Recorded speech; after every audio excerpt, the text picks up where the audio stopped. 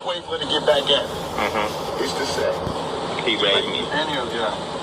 Because she can sue me. It's not just hurting me. She can sue me and make millions. It's not just like I'm saying she's jealous, she can make millions if she do it right. If she gets some guys and they all plan it and I do everything I'm supposed to do, she can get millions. And that's exactly what they did. My co-defendants to this day have never been to trial. Did she make money? She's got a civil suit. She called her lawyer right after she left my hotel. Before she called the police, she called the civil suit lawyer. Shit, she was a Before she called the police. Yes. Oh my God. All right, let's come back. All right. You need this? Not really, man. I really want to ask you what was up with Johnny. Hey, we back chilling with Tupac. This man is multimedia. Not only is he a recording artist, he's also an actor. But before we get into the acting, I want to say, how did you first get down with Suge Knight and Death Row? Suge, I used to always see Suge. When they did the soundtrack for Murder Was the Case, it was when I was going through all those legal problems, and he was like, yo, give me a song, dog. And I was like, yeah, you can get whatever you want. You know, gave him a song. And it was like the most I ever got for a soundtrack. I mean, the most I ever got for a song. It was damn near album budget. I mean, I think I got like something like 200,000 or 150,000 for one song. And the song, they didn't even use it, but I still got paid. You know what I mean? I got paid for everything I did on the soundtrack. And I think I did like 2 songs or something. And I remember when he did it like, yo, it wasn't even like because he was jocking me. He did it because he knew I was having crazy legal problems.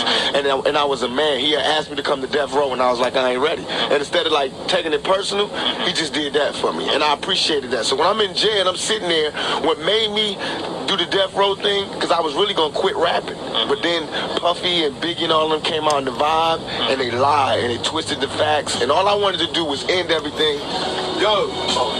All I wanted to do was end everything and walk away from shit. You know what I mean? Like how Scarface and all them niggas do. I want to get out the game. I'm trying to get out the game. They want to dirty up my memory. They want to dirty up everything I worked for. So it made me come back. Instead of quitting, it made me come back more relentless to destroy what in fact is my comrades. To destroy what used to be my homeboys, what I worked for, my closest clique. You know what I mean? I worked hard all my life as far as this music business to make it East Coast, West Coast love and make everybody feel comfortable. And I dreamed of the days when I can go to New York and be comfortable, and they can come out here and be comfortable. So it's not like when people say, why are you doing it so silly? It's not like it's not silly at all. But you can't disrespect the love. You can't disrespect the peace treaty. That's just like when the Indians made deals with the white dudes and they would just come and rape their women and shoot them up and then leave. No, the Indians ain't gonna love white people no more. They're gonna want to kick up some dust until we think about it and renegotiate the terms of the treaty, and that's what I'm talking about. That's where y'all at right now. We gotta have this beef and this war and these words and this dialogue until we can renegotiate the terms of the treaty. I love the East Coast. I'm from the East Coast, but they have to understand that you can't just be saying shit about us and think that we're not gonna take it personal. You can't just be calling us fakers and pretenders and non-creative motherfuckers and we can't freestyle and this and that and this and think we just gonna be like, oh, well, that's cool, we love them because they started it. Hell no, we gonna take it personal, just like a kid would when his bigger brother who ain't doing shit is all of a sudden, you know, that's just like the little brother making hella cash and the bigger brother's like, you owe it all to me.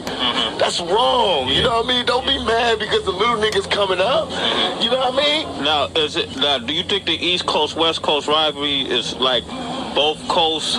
Or because a lot of people think it's more Bad Boy Death Row. It is. It's not both coasts. What it is was that the East Coast, the people on the East Coast are real proud, real cultural, and real strong, just like we are on the West Coast. And so what happened was Biggie came at a time, just like what Hitler did with the Jews. Biggie came at a time when they were open to somebody saying, we're the master race, and these guys are nothing, and they're pretenders, and this is why we not making it in the business is because of these guys. This is why we not doing nothing because of these guys. So the East Coast really not hating us, really not knowing nothing about us, but just listening to their supposed to be leader. You know, listening to the person that was representing for them. Like, yeah, okay, well, Biggie, you know, he from Brooklyn, woo, woo, woo. You know what I mean? And that's what happened. And so all of a sudden people saying stuff that they didn't even know was what they was doing was like ending our culture when we started. We held it down for y'all. That's how I felt. I was in tears like, what?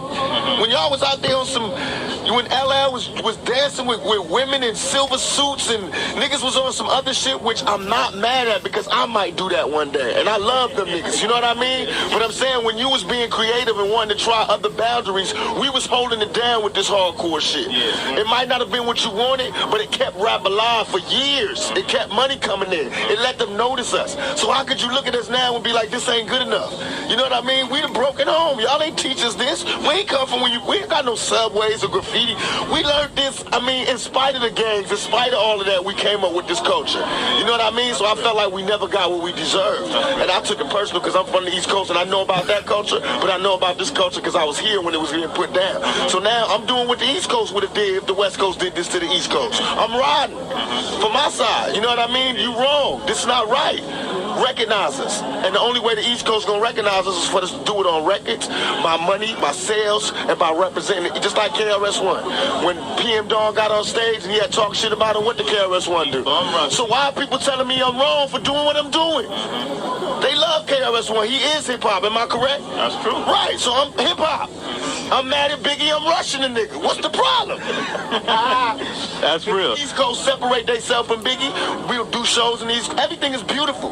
But so far, the East Coast has been with all interviews I read, every letter I read. Niggas is like, fuck Tupac, Biggie this, Biggie. Like he's representative of the East Coast. So that's why I attack as though I do, because I'm a general and I'm a smart general. And I'm not going to attack at no blind soldiers. I'm going to attack at those attacking me. Only reason people is mad now is because I came out of jail and made this shit a reality. When I got out of jail, the West Coast, East Coast shit was really started. California love, what I was saying, put it down. And now them niggas is mad because money is fucked up. Attitudes have changed. It's not as safe as it used to be. Niggas got to think about their business steps, and that's what I wanted to happen. Now let's go to the table. Let's talk. Let's make peace. Let's work it out. Let's get a community the money. So you saying with a conversation with guys like Puffy, Biggie, and that whole East Coast? Sit down and conversate with Puffy or Biggie because that's like Scarface sitting down with the dude he overthrew. You know what I mean? They not on my level, but I can sit down with the OGs from there, which we are doing.